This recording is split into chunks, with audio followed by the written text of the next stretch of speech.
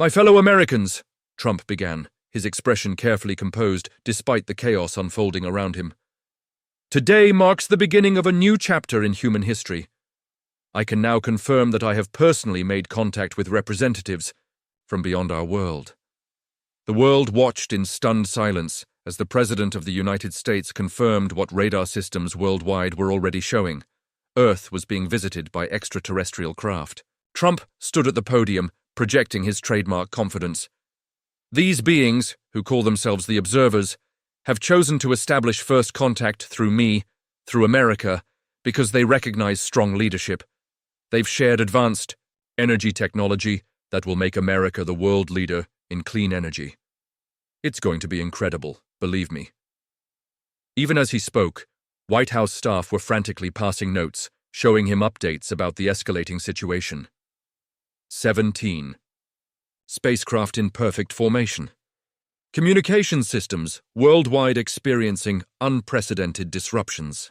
Military forces from multiple nations mobilizing despite his administration's calls for calm. Trump continued, barely missing a beat. Now, some of you might be concerned about these ships in our skies. Don't be. It's all part of the deal I negotiated. The best deal. These observers just want to observe, learn about us. They're peaceful, very peaceful beings. In his ear, a military advisor was urgently whispering, Mr. President, the Pentagon reports that smaller craft are now deploying from the main vessels.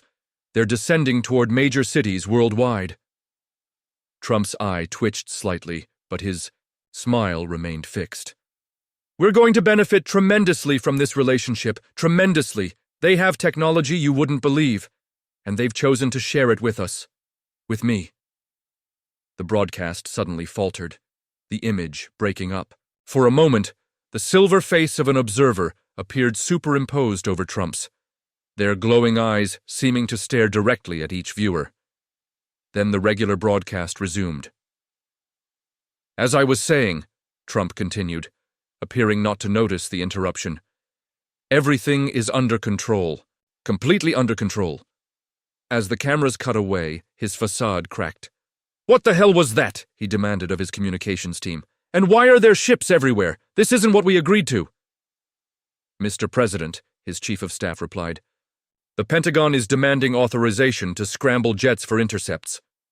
Russia and China have already launched fighters. We're looking at potential armed conflict with unknown technology in our airspace. Trump grabbed his secure phone. Get me those, whatever they're called, observers, now. They violated our deal. Nobody violates a deal with me. Nobody! In the secure lab, Doctors Richards and Chen watched in horror as the crystal began to transform. It was expanding, developing intricate structures, interfacing with their equipment at a molecular level. The holographic observer remained present, watching their reactions with clinical interest. What is this? Dr. Richards demanded. What are you doing to our planet? Integration, the observer replied. Your species requires guidance to avoid self-termination. We are providing that guidance. By invading? Dr. Chen asked incredulously.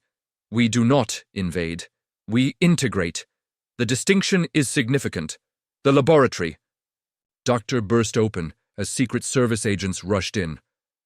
The President demands the alien device be brought to the Oval Office immediately. Back in the Oval Office, Trump paced furiously, watching feeds from around the world on multiple screens. Observer vessels hovered over Beijing, Moscow, London, Delhi, over every major city globally. Smaller craft were descending, but not landing. They maintained positions approximately 1,000 feet above ground, emitting soft blue light that bathed the cities below. This is a disaster, muttered the Secretary of Defense. We're totally exposed. If they're hostile... They're not hostile, Trump insisted. They want a deal. I just need to negotiate better terms. The crystal arrived, carried by Dr. Richards in a specialized containment unit.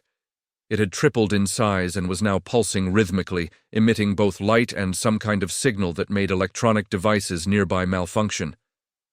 Put it on the desk, Trump ordered.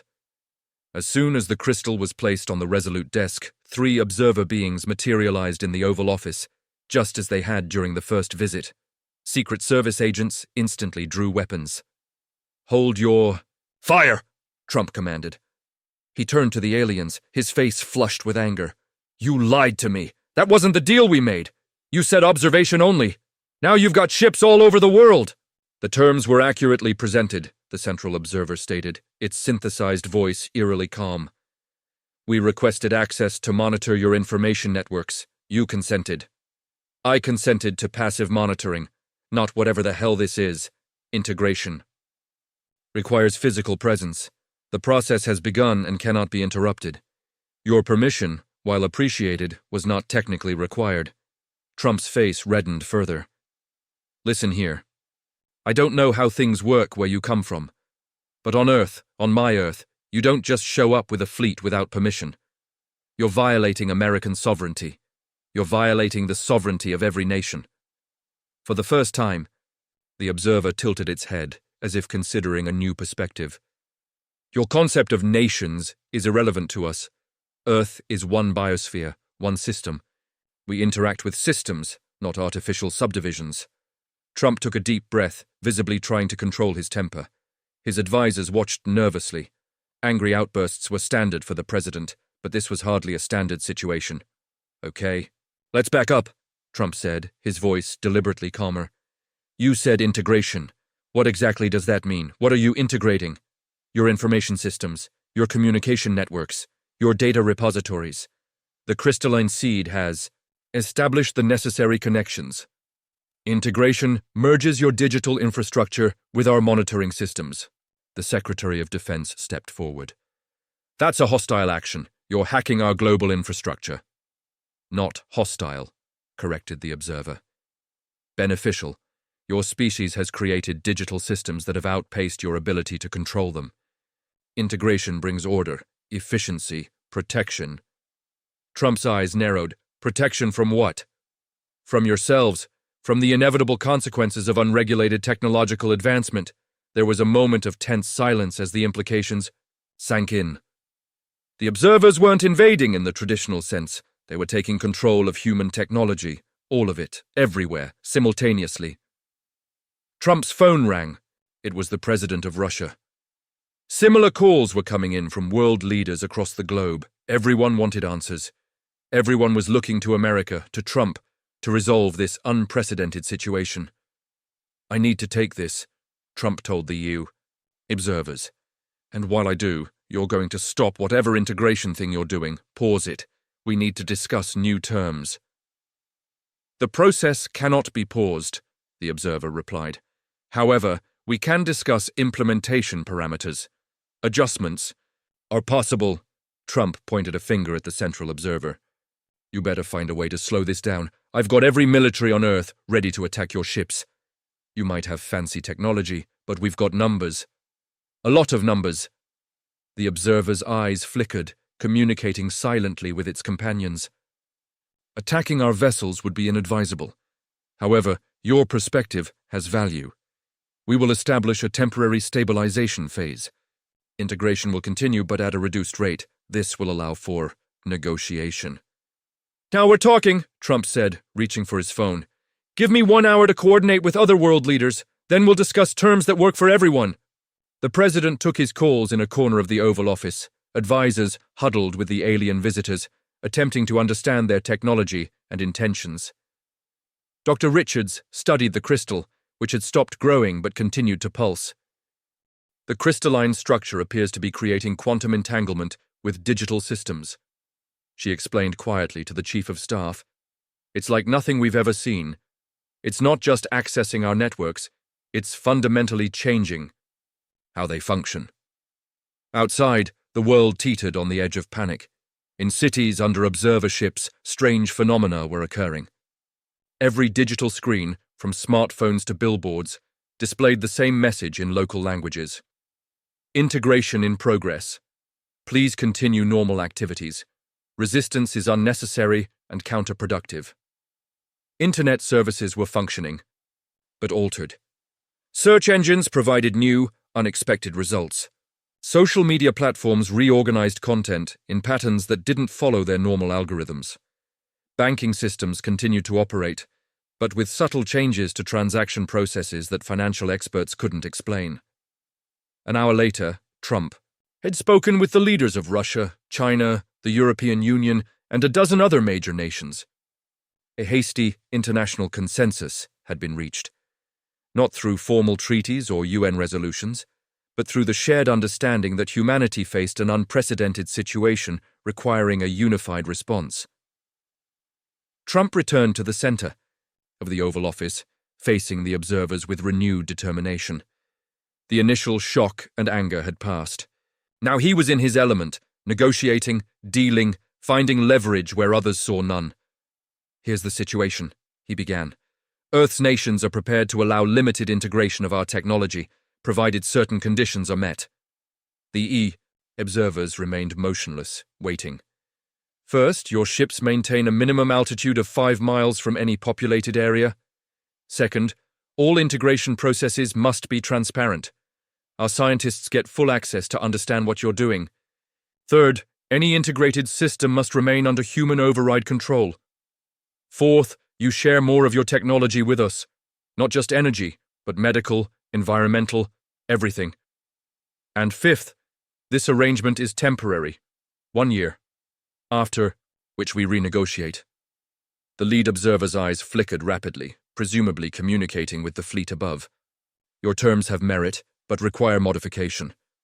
Our vessels must maintain current positions to facilitate integration. Transparency can be provided through designated human liaisons who will be given enhanced understanding.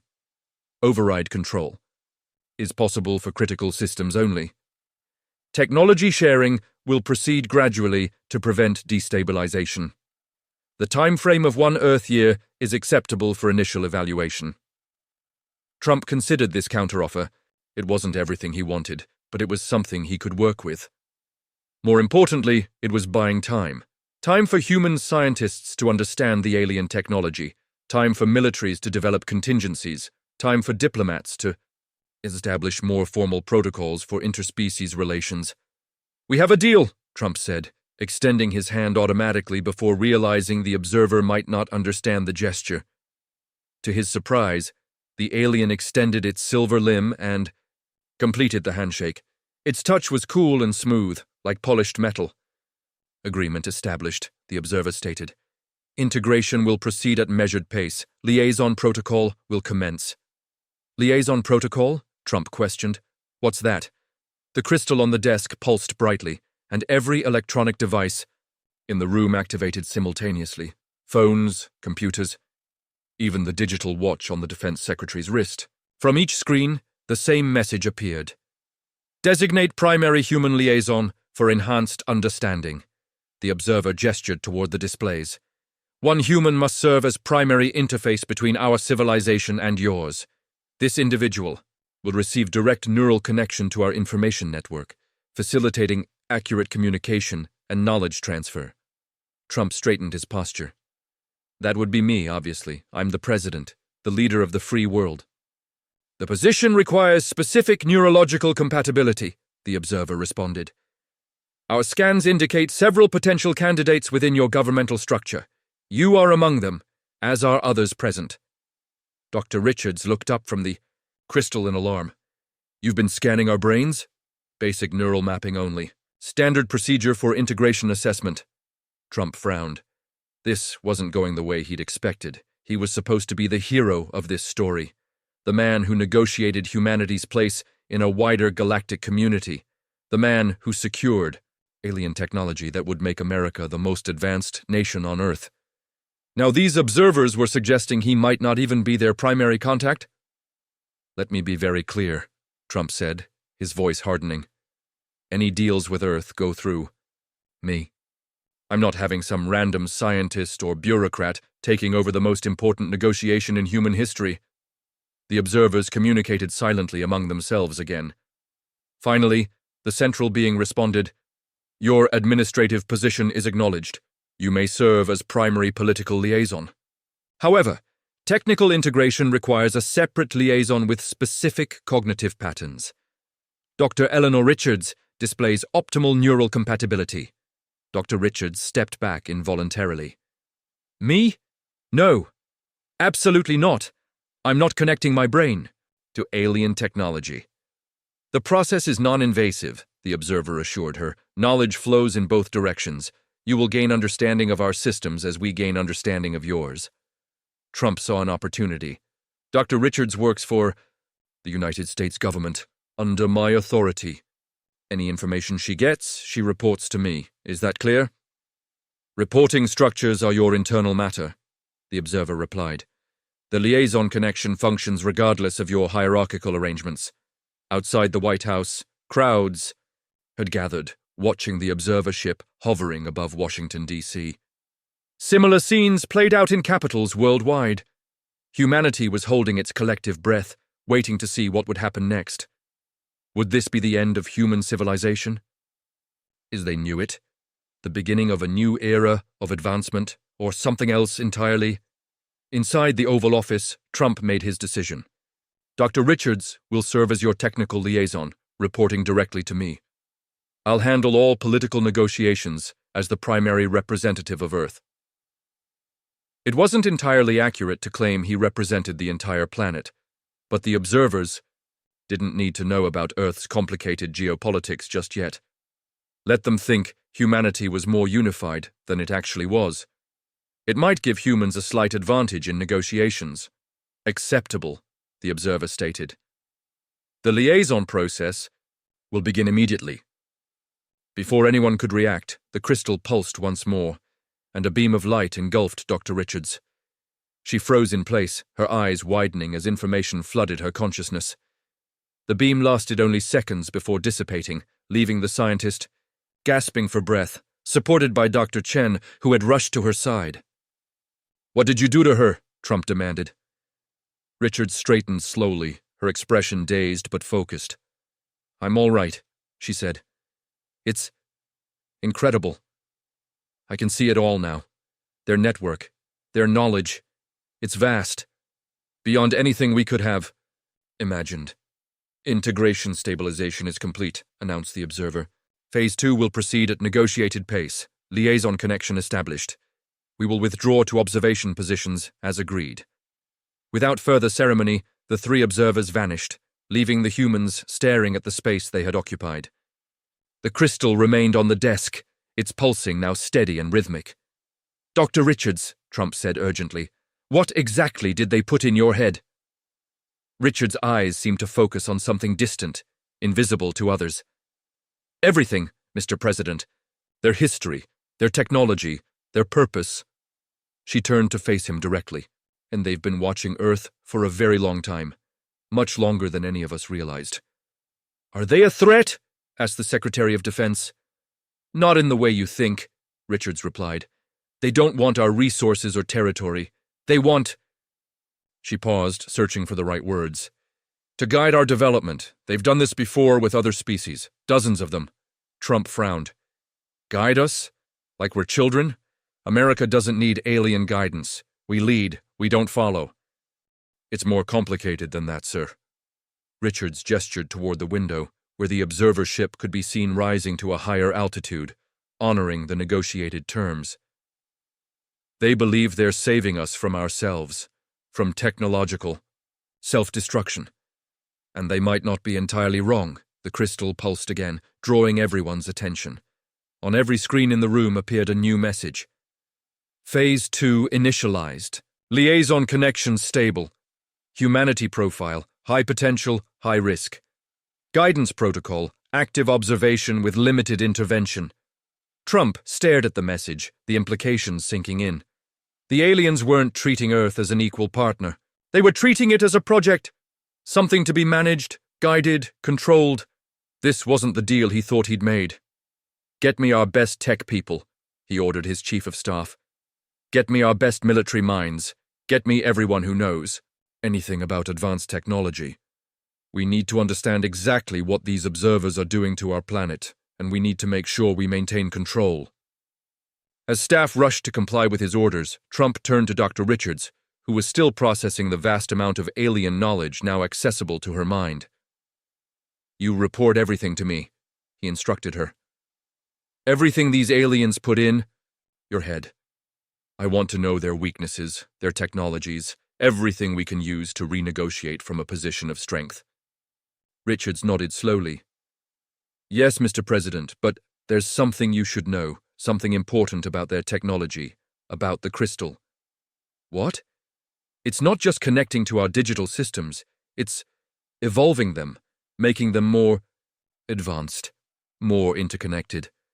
The observers believe that the rapid development of artificial intelligence on Earth will lead to catastrophic outcomes within the next decade. Their integration process is designed to prevent that. Trump considered this information, so they're stopping our AI from taking over? That doesn't sound so bad. It's more nuanced than that, sir. They're not stopping technological advancement. They're guiding it along safer paths. At least, that's what they believe they're doing. Outside, the observer ships worldwide had ascended to the agreed altitude, maintaining their geometric formation high above Earth's major cities. The immediate crisis appeared to be stabilizing. News networks worldwide were reporting on the president's successful negotiation with the alien visitors, though details remained scarce. Trump stood at the window of the Oval Office, looking up at the distant silver disk above Washington. He had salvaged the situation, turned a potential disaster into a manageable crisis. He had bought humanity time to adapt, to learn, perhaps even to develop countermeasures if needed. It wasn't the deal he'd initially hoped for, but it was a deal he could work with. Get me the secure line to Moscow, he told his staff. Then Beijing, then London. We need a unified human approach to these observers. No individual deals that might undermine our position. As his team scrambled to arrange the calls, Trump returned to his desk, eyeing the crystal warily. It continued its steady pulsing, connecting Earth to the observer network, changing human technology in ways they didn't yet fully understand. Dr. Richards approached cautiously. Mr. President, there's something else in the knowledge they've given me. Something they didn't mention directly during negotiations. What is it? Trump asked, instantly alert.